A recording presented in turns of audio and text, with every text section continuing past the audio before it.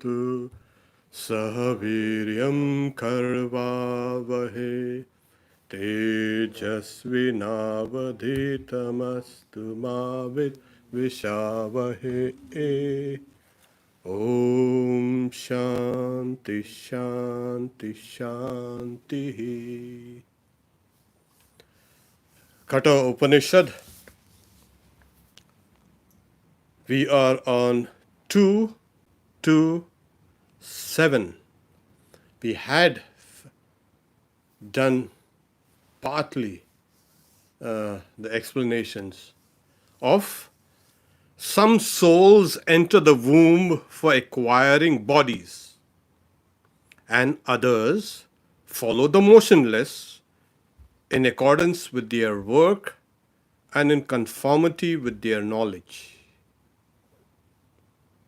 This is one of the two questions that the god of death Yama is answering Nachiketa.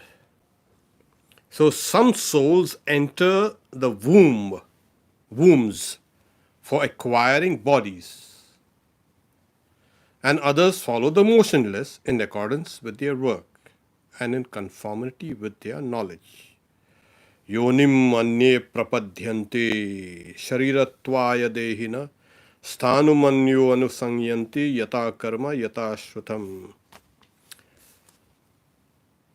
Now, before acquiring the bodies, this body has to be disposed of. That's rebirth. Now, you cannot have two bodies. You have this body and that body also. You'll have to give up. The example in the Upanishad is given as a leech which crawls to the end of a stalk of grass, a blade of grass, and the weight of that leech itself pulls it towards another blade of grass, and then it holds on to the second blade of grass and gives up the first one. This is the example, and it's a beautiful, you can say, illustration. So when we are leaving this body to get into another, as they say, some souls enter the womb for acquiring bodies, now bodies, a new bodies. What happens? The Chandogya Upanishad speaks about all the organ of speech merges into the mind.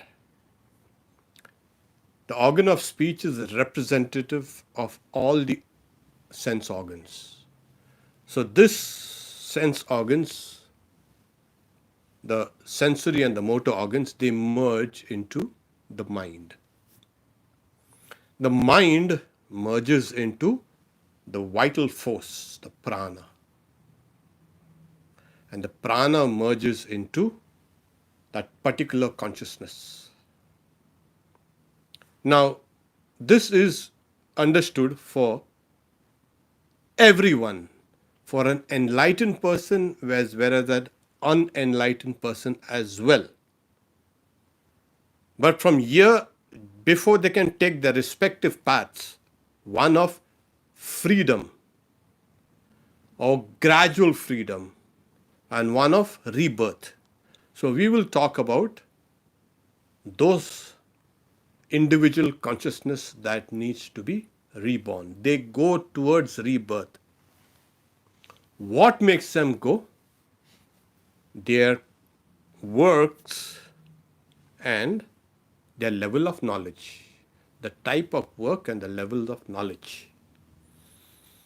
Now, what knowledge? It obviously is not spiritual knowledge, otherwise they would have become free. So this knowledge is knowledge of the world. Swami Turiyananda one time, he was very sick and he was, as it were, on the point of death. But, he was a great soul. Swami Turiyananda was Swami Vivekananda's brother disciple. So he's saying, I'm watching the whole scene. There was a force outside that was drawing me out. And there was another force that was trying to pull back. So these force, one force is that nivritti and one is pravritti. Both these forces, clockwise and counterclockwise, they were kind of revolving. So these are the various forces that are both internal and external.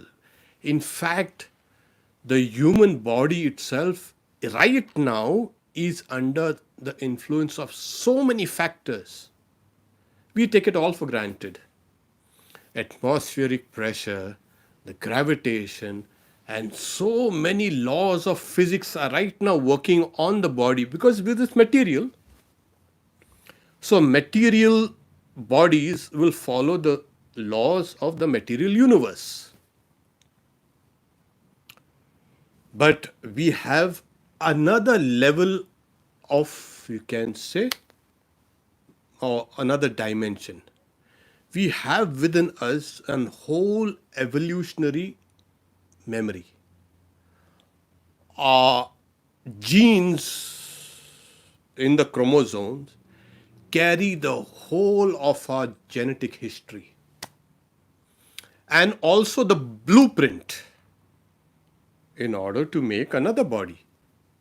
So when the Upanishad says some souls enter the womb for acquiring bodies, those who will be born in bodies like this, mammalian or reptilian, or you can say other birds.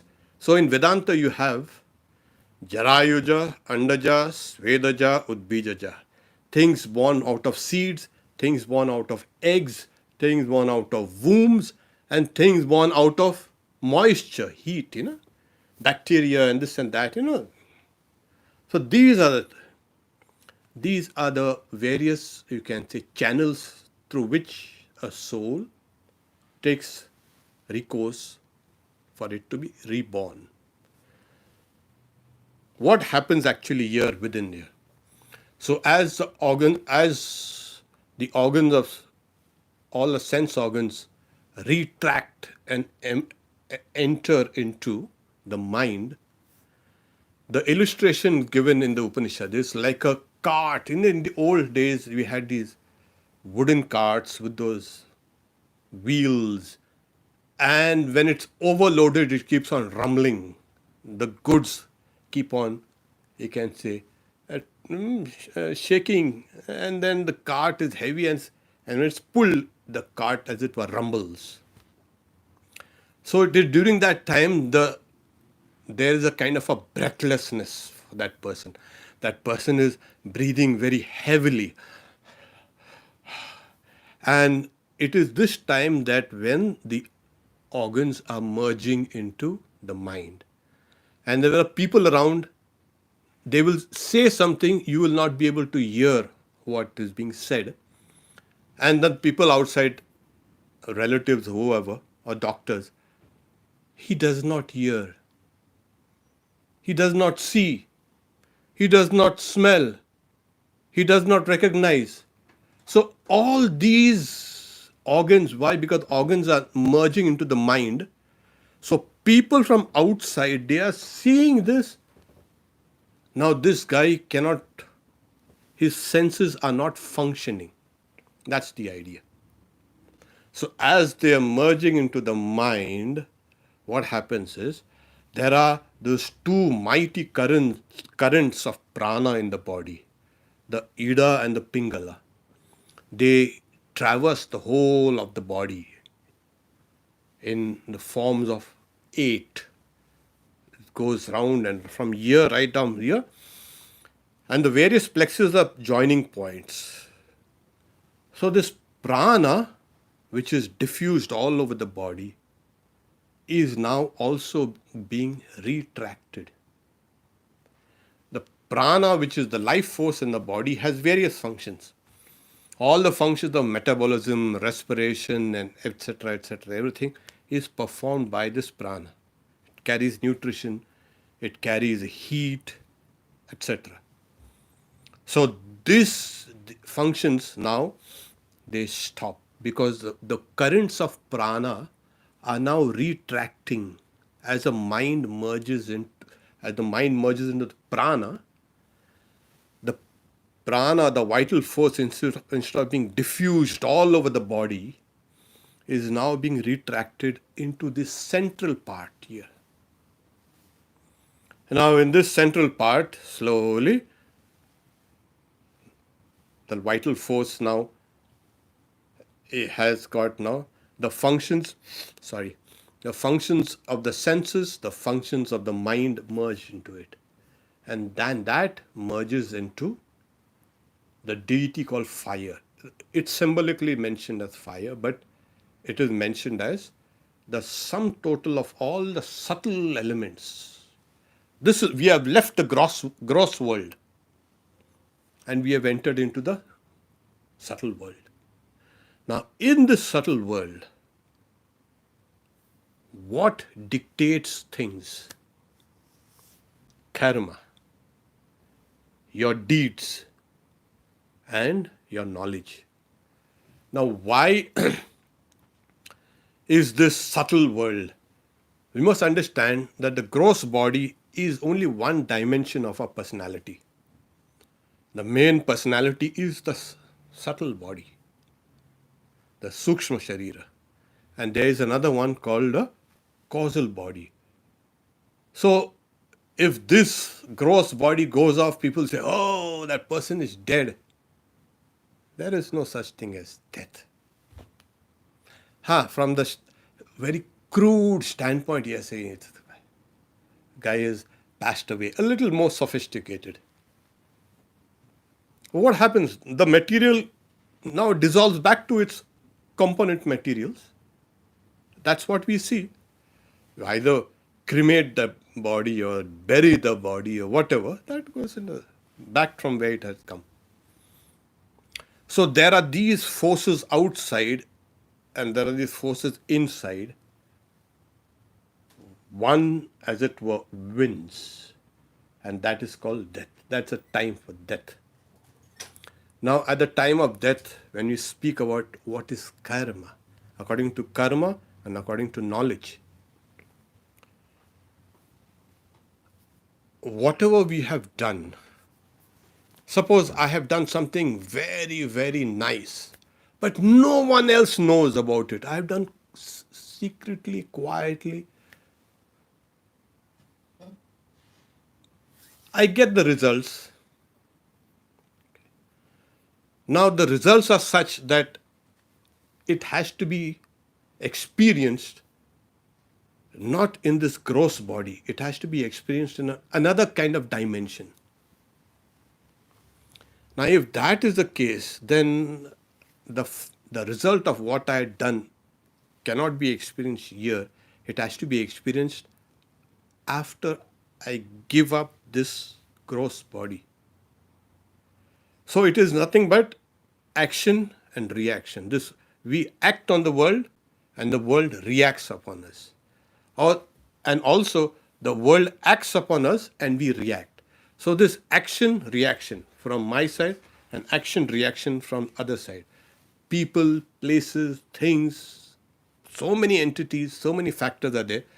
This is a tremendous world of dynamism that's going on within the physical laws of the universe, within the genetic laws of which are which mimic the physical laws in a way. They're both corresponding. If the physical laws are separate and your evolutionary laws are separate, genetic laws, you will get into big confusion. But there's another level of memory of laws. These are memories. What is that? It is nothing but your karmic memory, your memory of your karma. Because your brain is going to be left out here. It's nothing related to the brain at all. Whatever you have said and done and thought and even being angry and everything has left a mark on the subtle body. This is the memory body in the chitta. So all these marks are now there. They have coalesced into certain groups. That's okay. Each linked to another. So as this is called in karma, prarabdha karma, the karma that has given the birth to this body. That karma which has started. And whatever has been acquired in this life and whatever has been still stored in the previous lives, everything does not get exhausted. It's like, you have a quiver full of arrows. You take one arrow and shoot it. You have other quivers there. You have another arrows in the quiver. So out of a big quiver, big group of arrows, you have taken one. That is called prarabdha karma. That karma which has begun giving results in the form of this human body. Okay. So there are other arrows in the quiver. Well, there are other arrows in the quiver. So that is called sanchita. That which has been accumulated. And then when you're in the process of extracting one arrow, that is called agami karma. That is that which is emerging. So the subtle body is full of these impressions. They are called samskaras. Samskaras of work and samskaras of knowledge. Knowledge. So where you go next depends on your level of knowledge and how good you have been. Not only in this life, in previous lives also. So they say some souls enter the womb for acquiring bodies. Well, but there is not an immediate jump from this body to the next body. In few rare cases, there have been, especially after the Second World War, you find a lot of children being born, after wars especially, that they had memories of their past life. Till they are babies, till about 7, 8, 9 years old, they have some of these memories.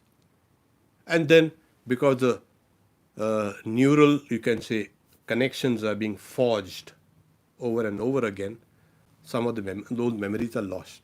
And the child grows up to be a kind of, he forgets everything and lives a normal life.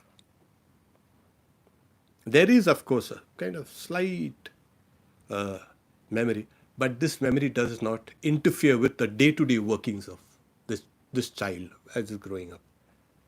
When the child is very young, those old memories are still trying to push their way and trying to disturb this present existence of that child. Like, I'm here, but no, but I was so-and-so, somebody else in that so-and-so place. So those old memories are interfering with this current life. There is a continuity, no doubt.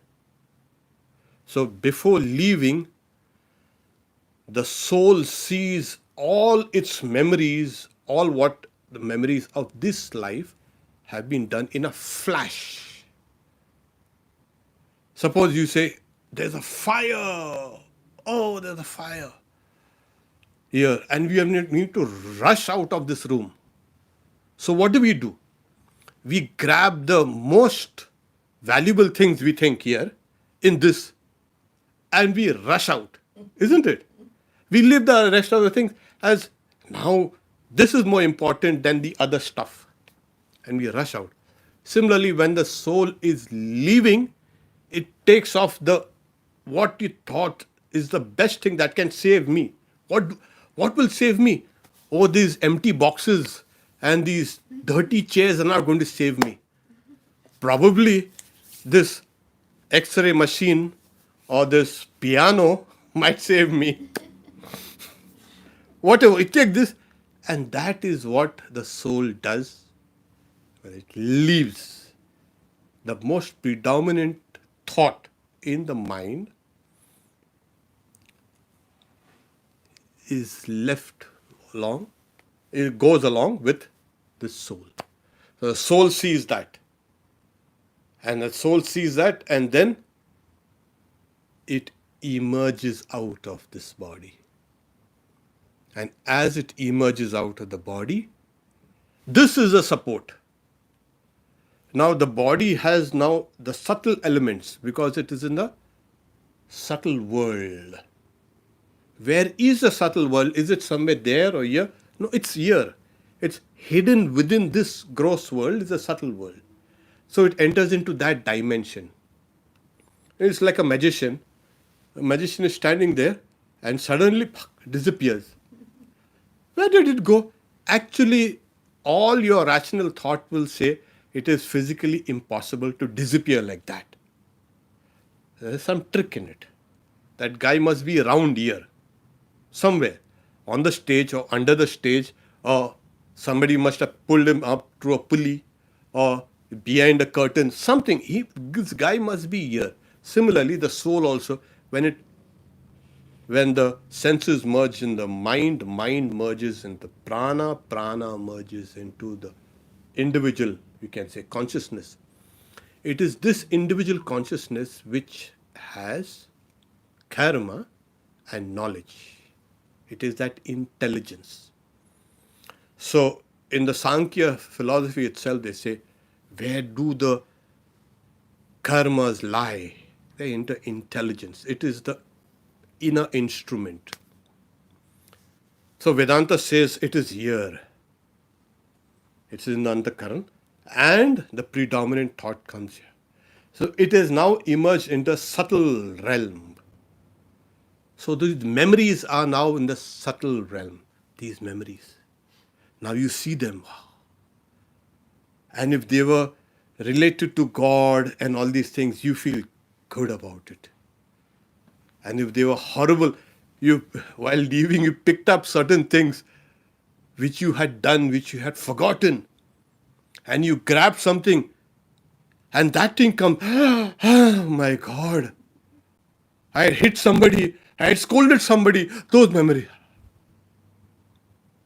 It is these memories that torment, or you can say give us joy. And we need to wait for a while in those kind of that subtle realm. It's like a support we hold in the subtle realm.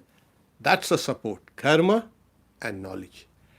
But however, the Bhagavad Gita says, Sarva karma akhilam partha jnane parisamapyate. That is, all works end in knowledge. They are two aspects of the same thing. The karma is not different from knowledge. Because what is karma?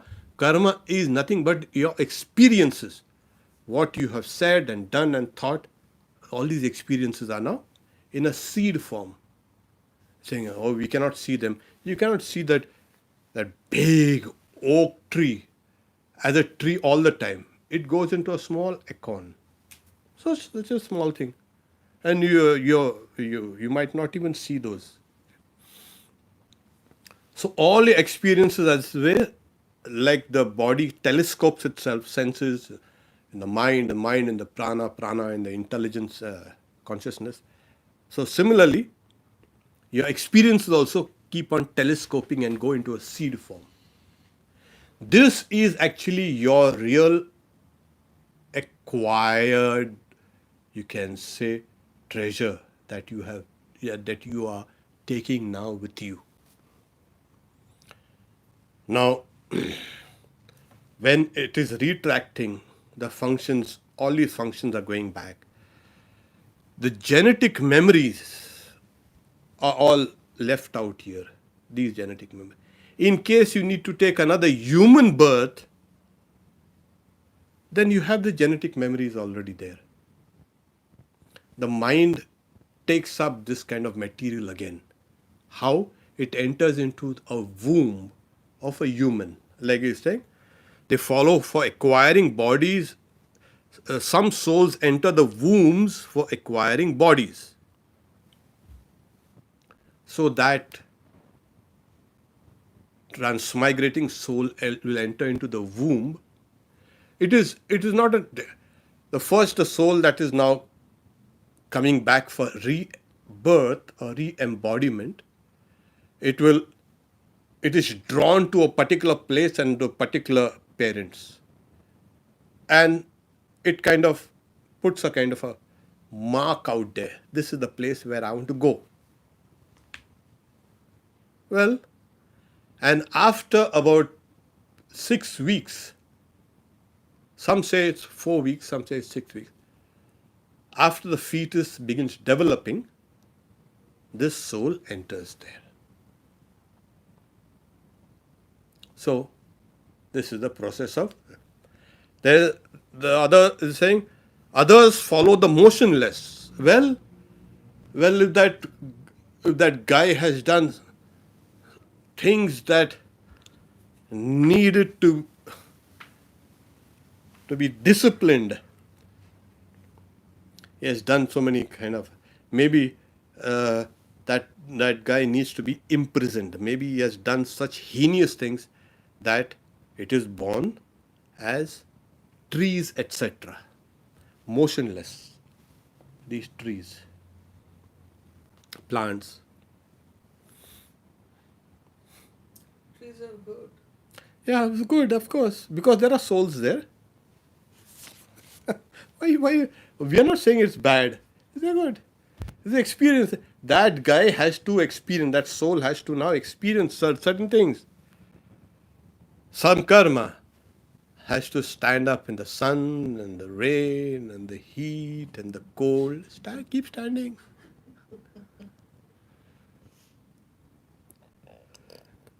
And the other, eggs and you can say moisture, etc., that is also understood, that some souls will go. Now these souls, what are these souls? A combination of the subtle body, which is made of subtle elements, which is colored by these memories, and the causal body, which is ignorance or maya or non-knowledge. So these are the two dimensions which move. But what about that individual? Yes, that there's a reflection of consciousness everywhere, and so there's a reflection of consciousness also in this causal and the subtle body. And that is that individual, you can say, soul. This soul leaves, enters into some other womb or in some eggs or some seeds, and then again is reborn in conformity with their knowledge. Now, these are the samskaras. Now, what are these samskaras? These samskaras are like marks. But there must be millions, yes, millions. Swami Vivekananda, one time, he gives the example of, we see a wave coming and crashing down on the seashore. One wave is actually made of millions and millions and millions of smaller, minute waves. So all these samskaras, they coalesce into one big, you can say, wave. So these are the samskaras. Now these samskaras will keep on working. Because they still have that impelling power. See, that force that has pulled you out of this is now still working. It's not that, okay, I've pulled this guy out from this gross body. Now what? I'll just throw it. No, that force keeps on working. It's like that whirlwind. It picks up material here, picks up maybe a house, destroys it, of course. The house was okay. Suddenly there's a hurricane, and then the hurricane comes and lifts that whole house up, dismantles it, of course. And then it goes, lifts it up high, and then throws it down. The house falls in all its component parts. And that whirlwind proceeds further on, takes up another material, lifts it up. So this great, you can say, force that has been, that is operating in this world. I am a part of this universe. This universe is another part of me, external world. We should never think that this external world is separate from this body. Never, because that is what. If this external world does not function, this individual will die. So this whole existence is the dynamics between the individual and this outside world, internal and external, both. So when this soul comes out, it is now in the subtle realm. It takes a hold of karma, what one has done. And suppose now you want to be a great actor. You've been thinking and dreaming and this and that. So those thoughts will predominate. And you will be born somewhere near, possibly a studio, or maybe you will be born as an actor in an actor's family, wherever. Wherever you are born, you will be able to express your memories, your samskaras. That is important. So, and then you, as you have folded up your shop here, you've shifted to another state, and then you again open a new shop there, a branch of that probably. So also the soul goes out there to another place and unfolds its possibilities for further experience. Like the Sankhya say, as Swami Vivekananda said, bhoga and apavarga, for experience and for liberation. We are experiencing the universe, this mighty universe. It looks so small. Kind of a small blue dot here in the middle of nowhere. The earth, that is. Yeah, sometimes you wonder. Small blue dot in the middle of nowhere, in the middle of dark space. Space, of course, the dark and light. But the wonderful thing is there are various levels within this universe itself, this world itself. The various levels of beings, the various levels of experiences. And we go through these whole processes of. So the soul also evolves. Like we are the result of the long line of evolution from that mollusk, from that bacteria, right down till up till here. We were fish and we were amphibians and we are mammals and etc. etc. And now primates, from primates we have come now here, Homo sapiens. We carry the whole lineage of what we have gone through physically. Similarly, the soul also has a long lineage of what it has gone through. But only thing, like we have forgotten the blueprint which is in us and our own evolution history, the soul also has forgotten its long history. We have been doing that repeatedly. But this thing is clear, that there has been a kind of a force that is traveling from place to place to place to place. And what impels that force? It is but your karma and your knowledge. So that is why we acquire more knowledge through doing some better experience, better karma. Instead of being selfish, the religions say, become unselfish.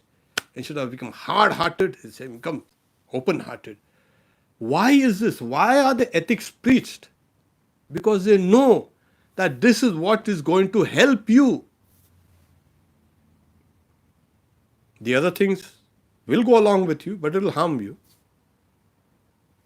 The whole thing is when you leave this gross world, enter into the subtle world, you need to hold on to something which is really worth holding on to.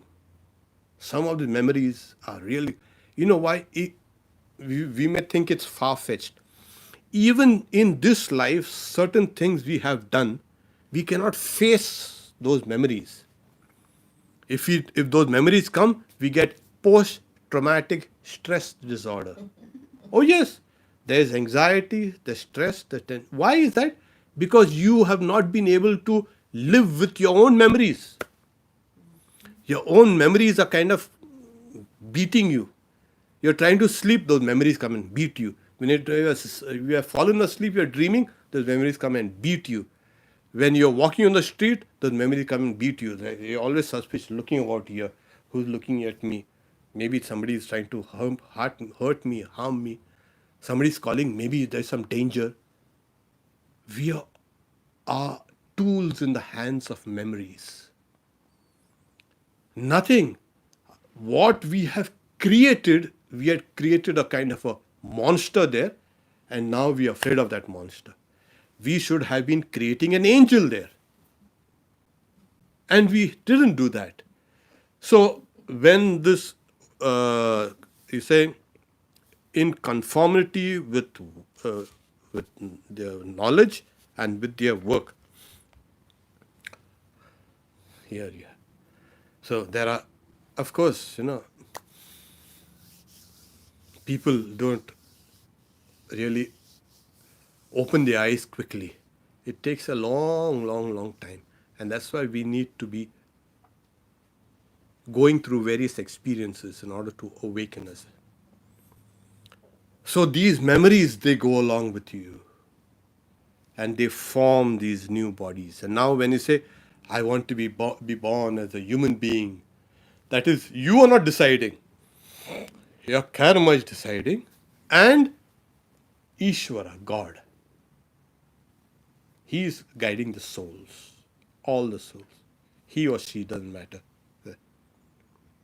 According to, so Ishvara is said, he gives the results of karma. So karma is a bondage. Karma is kind of as a law of freedom. We have not been paying attention to the, do everything in a way that you can live with your own memories. And if you can do that, you're a happy person. Because if you cannot do that, you're going to come out of this body and behave that same way. And that's why people say they are tormented, they are tormented. Why are they tormented? Because of their memories. It's not someone else who's coming and tormenting them, putting the pitchfork in their backside, or putting hot oil, or giving them, putting them under fire. No. It's only these memories that are tormenting them. Why? This guy, he gave trouble to others. Now that trouble is now 100-fold, 1,000-fold is coming back. In that subtle world, things really become subtle. And what is subtle is really powerful. Thought is very powerful. Why? Because it's subtle. And that thought then is translated by the nerves into some action outside. So the power is actually, Swami Vivekananda said, I want to lift my hand. Okay.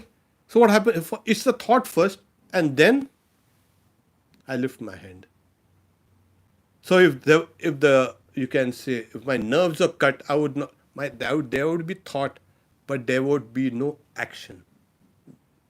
The nerves are cut. So the nerves are secondary. Thought, nerves, then the muscles and the bones, etc. In that world, there are no muscles and bones and bodies. It's just a thought. There are no nerves. You cannot translate it into.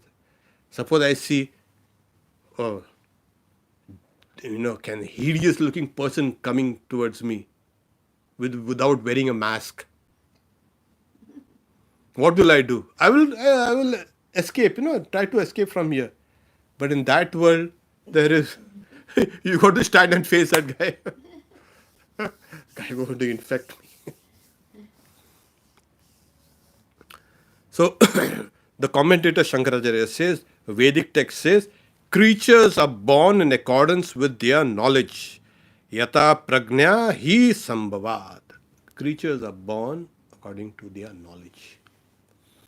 Why? Because We are all going towards supreme knowledge. It is not a question of punishment. It's not a rebirth. It's not a punishment. We are gradually ascending higher and higher and higher in our evolution. Like physically, we have evolved into this particular organism. Similarly, the soul also aspires for higher and higher and higher evolution. This is an evolution of the soul. It is not a punishment. Rebirth is not a kind of a curse. Everyone has come and gone millions and millions of times, don't worry. And we are learning. This is the learning process. Every day we learn something new. We may be whatever we be old, but we are learning something new. Always, it's always like that. Similarly, the soul also, every single moment, every single day, every single hour, is learning something new and new and new. But when this learning process stops for a while, there's an interval. Like you from the kindergarten now, you're going to another class. So you have to get up and go from the kindergarten to the first grade or the second grade or third grade or whatever. You keep on evolving higher and higher and higher. This is how the soul aspires towards freedom. That sense of freedom is actually the cause of repeated births. And then you can make it manifest that freedom. Oh, I'm seeking freedom outside. That freedom was actually in the soul. And the soul really understands. The soul was, as it were, has covered itself with the causal and the gross bodies. It's smothered inside. It has forgotten its clothes. Then it unpacks itself. That will see that freedom. When it realizes it's been in the soul, it has been with me all the time. That. Okay. So much for this verse. I had promised that we'll give a little elaboration. We'll read the 8th verse and we'll take this 8th verse up next Wednesday.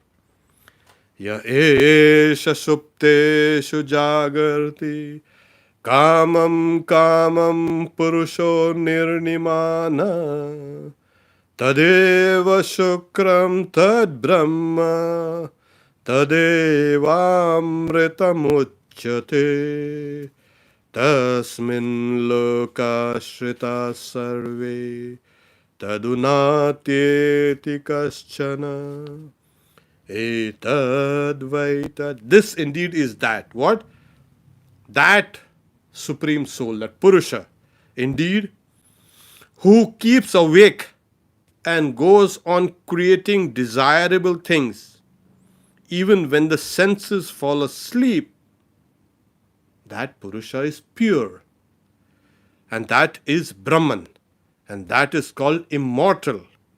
All the worlds are fixed on that. None can transcend him.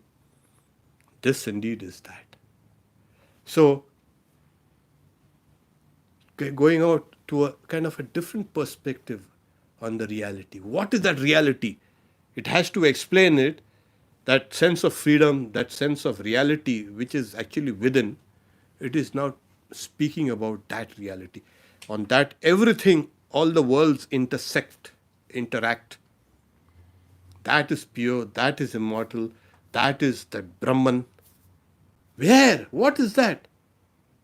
So it gives a quality of, goes on creating things, and it is always awake.